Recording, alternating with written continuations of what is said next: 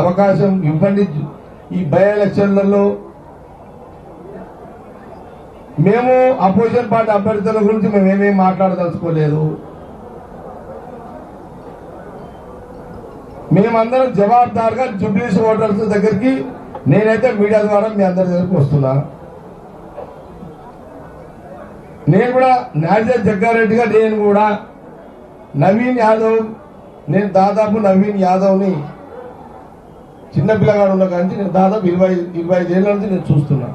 Social work మీద చాలా interest ఉన్నాడు, యాక్టివ్ ఉన్నాడు. అప్పటి నుంచి కూడా తెలివి వచ్చిన కాడి నుంచి, చదువు ఉన్న కాడి నుంచి మంచి చదువుకున్నాడు.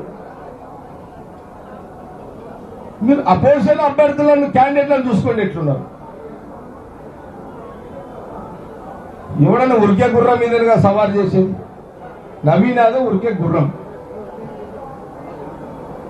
లాంటి యువకుడు నవీన్ యాదవ్. మళ్ళీ చెప్తున్నా, గుర్రం లాంటి యువకుడు నాయకుడు నవీన్ యాదవ్.